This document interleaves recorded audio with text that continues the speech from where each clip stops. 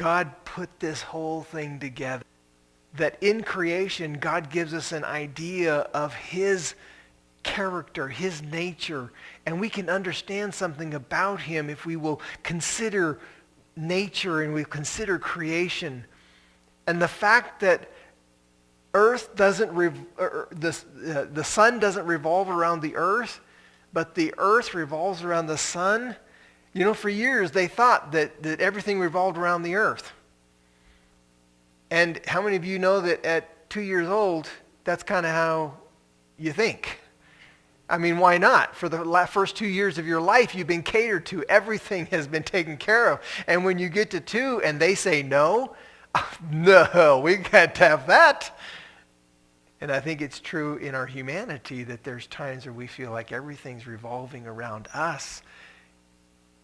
But lift your eyes up to the hills. Look beyond the hills and remember the sun. And remember that when God created it, the galaxies, he didn't create everything to rotate around the earth. He created everything to rotate around the sun. Yeah, if you know me, you know where I'm going. But bottom line is, let's stick with this. The reality that God in creation placed this huge ball of fire. The temperature is incredibly hot. It shoots out these rays. There's all kinds of effects. I don't have the time to go into everything that they've discovered about the sun and the different things that are happening and how big it is compared to the earth and the wonder of it all. But for tonight, let's consider the fact that it is the setting of God that we rotate around the sun. The sun doesn't rotate around us. Sunshine has its benefits. And sunshine is necessary. As much as the rising of the sun is necessary, the setting of the sun is necessary. And we'll talk about some of those things maybe at a later date, but today consider the fact that it is socially acceptable to complain when it's hot. It is socially acceptable to complain when the sun God put in the sky is inconvenient for us. If we're going to correct our thinking, we have got to take a moment and consider a perspective of the sun that allows us to bring glory and honor to God. And when it's too hot, rather than complain about the heat, thank God for the AC. Rather than complain about the long days, thank God for curtains. Rather than complain about how it's been hot, how many days in a row, thank God that you still have ice water or ice cubes. You see, for every negative that the world says it's okay to complain about, we've got to respond with something that challenges us in that positive way. 1 Thessalonians chapter 5 and verse 5 challenges us with an idea about what we call daytime and nighttime. In 1 Thessalonians 5:5 it says, "You are all sons, of light and sons of the day. You are not of the night, nor of darkness." This letter to the Thessalonians was challenging them with some of the routines or the activities of their culture. Now, some of you have worked rotating shifts. Yeah. And I can only imagine the challenge your body has to go through when you get used to working days, and then you go to swings, and then you go to nights, and then you go back to days. I am convinced God didn't build me that way. That's why he didn't let me have one of those jobs. Now, I tend to stay up late. My wife, she goes to bed early, but if I don't get my rest when it's nighttime, I'll sleep during the day. And I can only shift as they shift through those cycles and how they have to readjust their brain and their thinking and their eating.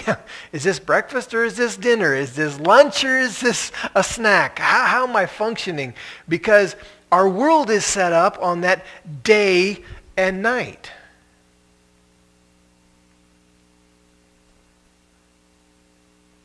And as Christians, we are to be associated and connected with the light and not the darkness. Now, how many of you know that we're obviously talking about more than just daylight and night? There's a connection with the darkness and the kingdom of darkness, or demonic or evil or lawlessness. And there's a connection with light and obedience and truth and Christ-likeness that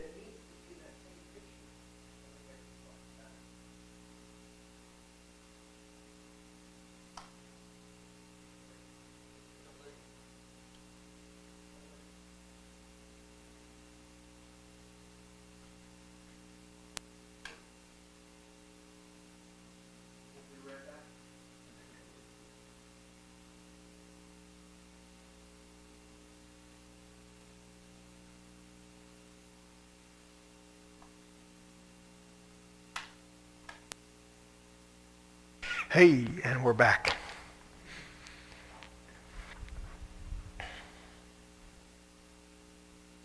Acts chapter 26 and verse 18. To open their eyes so that they may turn from darkness to light and from the power of Satan to God, that they may receive forgiveness of sins and an inheritance among those sanctified by faith in me. This prayer, this acknowledgement that there were individuals who were blinded to where it didn't matter if the sun was up or not. They were in darkness. And how that can be a part of a person's spiritual environment when they are caught up in darkness and the god of this world, Satan, has blinded their eyes. They are not experiencing forgiveness. They are not enjoying the inheritance among the sanctified. I don't know what it means to be blind because I've never been blind. I've been blindfolded, and that's probably, as I look around the room, that's probably the closest any of us have gotten, unless you've gone out to 17 Mile Cave. And if you go down in 17 Mile Cave, you get down far enough where you cannot, literally, you hold your hand here, you know it's there, but you can't see it. Some of you have been there, and I would encourage you, if you haven't been there, it's quite an experience. Make sure your flashlight's got fresh batteries, or make sure you're with somebody that does, because it gets dark. But imagine living in that kind of darkness, never seeing the light of day. And then imagine a person who can get a sunburn on their skin, but inside their life is total darkness. I don't know that any of us can fully grasp or imagine that. Because the people I'm looking at here, you've experienced, you've tasted, you've seen the light that is in Christ Jesus. But this prayer is that there would be a miracle that would allow their eyes to be open and they would turn from darkness. Now, it's one thing to be blind and be healed. But let me tap into just a little rabbit trail. What about people who wear sunglasses at night? Or they walk into a room and it's dim, it's dark, it's foggy, and they put their sunglasses on. Something else is going on, right? I mean, that's what comes to my mind now. I take opportunity for anybody to call me or write me or text me, tell me a different reason why somebody would wear sunglasses inside a dark room. Y'all fill in the blanks. For the song, there you go.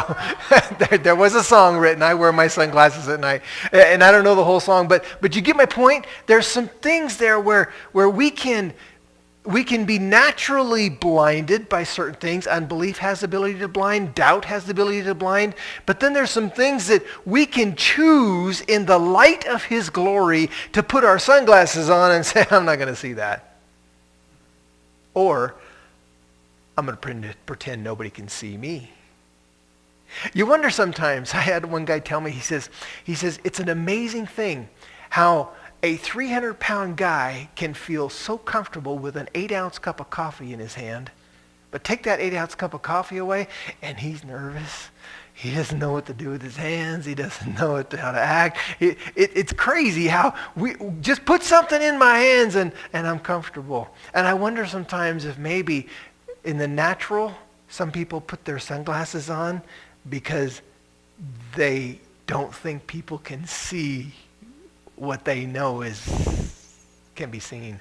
I wonder sometimes spiritually if we're not guilty of the same thing. In the light of his glory, we're looking for sunglasses.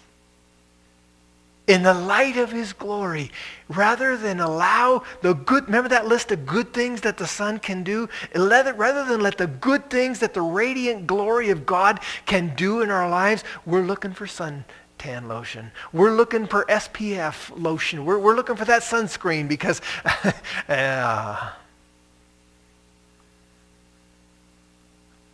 and I hear this sometimes as a Pentecostal pastor. Well, y'all Pentecostals, you got, when I come to church there, I have to put my sunscreen on.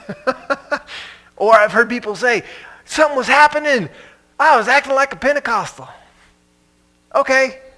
Which that's a great segue for this coming Sunday is Pentecost Sunday. We're going to have a Pentecost Sunday morning. Then we're going to have a Sunday night service at 5 p.m. If you are in the area, would love to be there. Those of you watching, please come and join us. We're going to be celebrating. There'll be multiple churches gathering together. We're going to have singing in Spanish. We're going to have singing in English. It's just going to be a good time of remembering, being reminded, and just enjoy that all. Okay. So, 1 Thessalonians 5:8. But since we belong to the day, let us be sober, putting on the breastplate of faith and love and the helmet of our hope of salvation. Just a little note before we change gears here, and that is our sunscreen. In the light of his glory, we put on faith and love. We put on hope of our salvation. That's what we do in the light of his glory. And we could talk a lot more about this, and we're not going to tonight. But the reality is, in the sun, the natural sun, there's an appropriate way to walk. If I don't protect myself, that sun will ultimately cause a burn. It can cause blisters. It can cause all kinds of challenges. But if I reject the sun, I can miss out on some things that God put in there, like serotonin. Some of those other things that are beneficial. So it is with our relationship with God.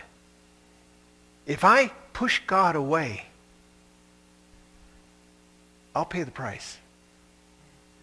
If I try to be God, it's like embracing the sun. You'll be consumed before you ever make it. So what does God do? He gives us clouds. That sun shining constantly, one person said, all sun and no rain makes for a desert. All rain and no sun makes for a rainforest. How does God balance it out? He gives us day and night. And then he gives us clouds through the course of the day, which have the ability to run interference. I don't know if you've ever had this, but I remember stacking hay with my friends. We're sweating. We were sweating so much they gave us salt tablets to take in because they wanted to make sure we weren't losing too much. And every so often a cloud would come by. Oh man, that felt wonderful. I've heard people talk about clouds in a positive and negative. I've seen people watch the clouds and try to discover shapes. It's like an art on display. There's partly cloudy, mostly cloudy, and then there's thunderclouds. There's clouds with sleet, there's clouds with hail, there's clouds with snow, there's clouds with thunder, there's clouds with lightning. Matter of fact, next week we're going to have a slideshow of some clouds that just make you want to sing, "Then sings my soul, how great thou art." So come back next Saturday. Job chapter 37, verses 15 through 16. And Caleb, if I could have you put that projector on. Establishes the fact that God creates and dispatches the clouds. Now, how many of you have ever been to a concert or a play and they have a smoke machine and it looks cloudy, right? The idea that we can duplicate what God does doesn't take anything away from the fact that it was God's idea first. And when it says, do you know when God dispatches them, he's talking about the clouds, and causes the light of his cloud to shine. In verse 16, do you know the clouds are balanced, those wondrous works of him who is perfect in knowledge?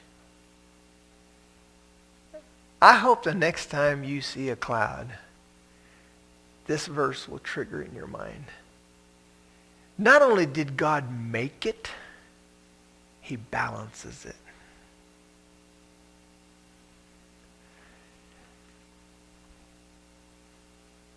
In Psalms chapter 97 and verse 2, the clouds and darkness surround him. Righteousness and justice are the foundation of his throne. I want you to look up at the clouds this next week and over the course of this summer.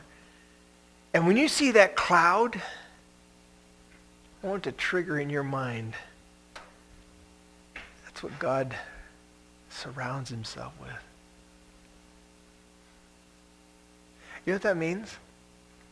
That means with every cloud that's up there, there's a constant reminder of the presence of God.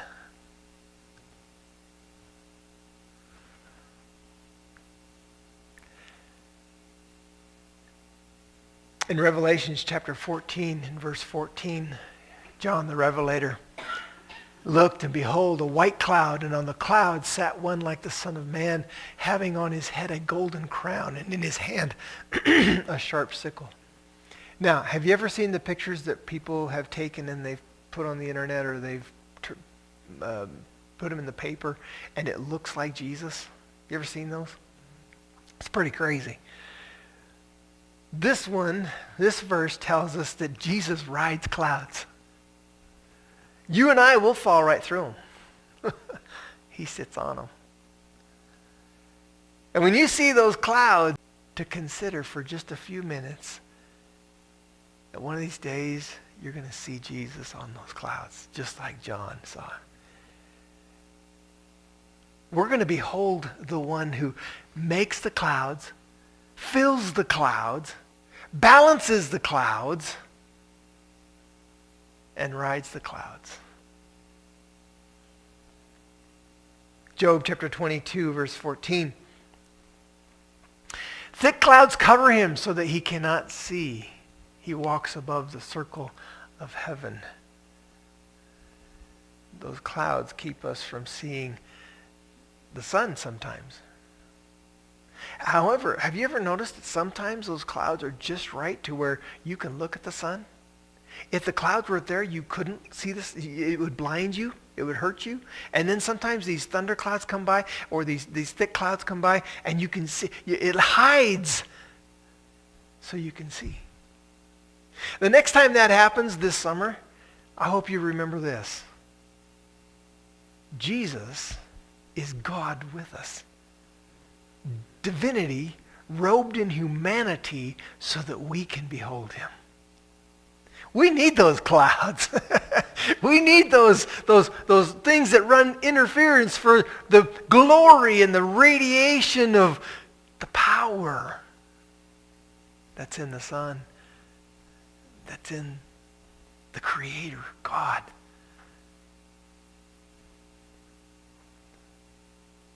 Job chapter 26 and verse 9. Think about this. He covers the face of his throne. Whoops. That is, what version is that? New King James. Okay. 26:9.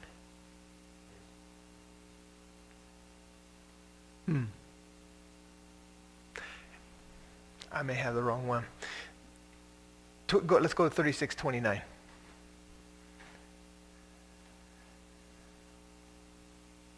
This covers the idea. The last one in another version talks about him covering the face of the moon with the clouds in another translation. But the idea is that God spreads these clouds out, and the handiwork of God is what I really want you to grasp tonight, is that when God creates a day, he doesn't just say, "Oh, I'll throw some clouds here. We'll put some rain over here. Let's do thunder showers there. Let's have snow. Let's have a blizzard."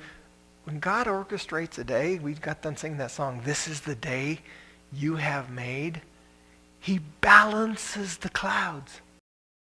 He spreads them out like they're supposed to be. He rides on the clouds. He hides in the clouds.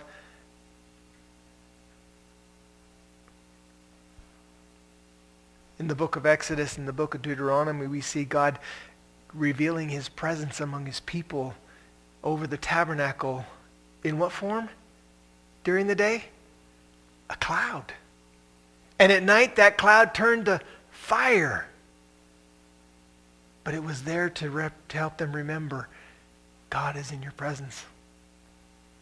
Oh, when the sun shines and we see the sun, thank God that he's the center of our universe. And when we see the clouds, thank God that they can be a demonstration of his presence ever with us. Ezekiel chapter 1 and verse 28 says, "Like the appearance of a rainbow in a cloud on a rainy day, so was the appearance of the brightness all around it. This was the appearance of the likeness of the glory of the Lord. So when I saw it, I fell on my face, and I heard a voice of one speaking." And he's told to go to the rebellious house of Israel. But chapter 1 of Ezekiel was an incredible revelation of God. And Ezekiel says in this verse, it was just incredible. It was like this rainbow in the clouds. And I don't know if you've ever grasped the rainbow. We've had some incredible rainbows out for where I'm at. And I can look across the valley, and it's like it's going right into a house. It's a crazy, and it's so vibrant. Matter of fact, one time there was double rainbows, and there's a triple rainbow, and it's amazing. But it always happens. You ever notice that? It always happens where there's clouds.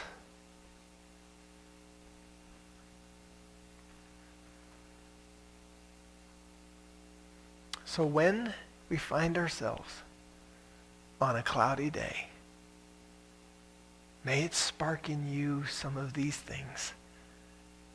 Lord, I know I can't see you, but you're there. And when it rains, be thankful. When it's cloudy, be thankful. When there's no clouds, be thankful. In everything, give thanks, for this is the will of God.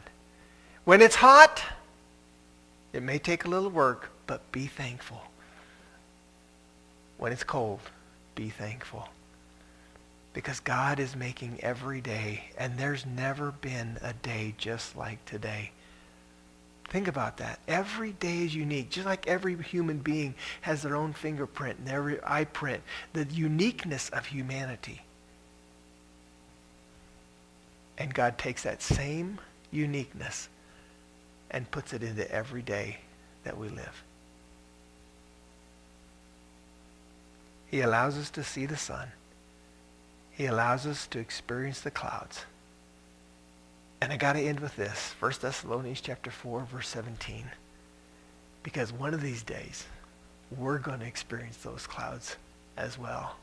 Then we who are alive and remain shall be caught up together with them in the clouds. You know what that told me? I don't know when he's coming. I don't know the hour. I don't know the month. I'm not even guessing the year. But I have a feeling it's going to be a cloudy day. I do know from this verse there's going to be clouds in the sky. I don't know if it's going to be partly cloudy or fully cloudy. I don't know but I just know that according to this verse, we're going to get caught up in the clouds with him. Cloudy day. So when you walk out and you see the clouds, and remember that. Lord, today, this would be a great day. Why? Because it's cloudy. I pray tonight you've been challenged to consider the whole idea of the sun, the whole idea of clouds in a way that will help you be thankful in every day that you're allowed to breathe and live. Let's pray. Our gracious God, thank you so much for your goodness and mercy. Thank you for the privilege and opportunity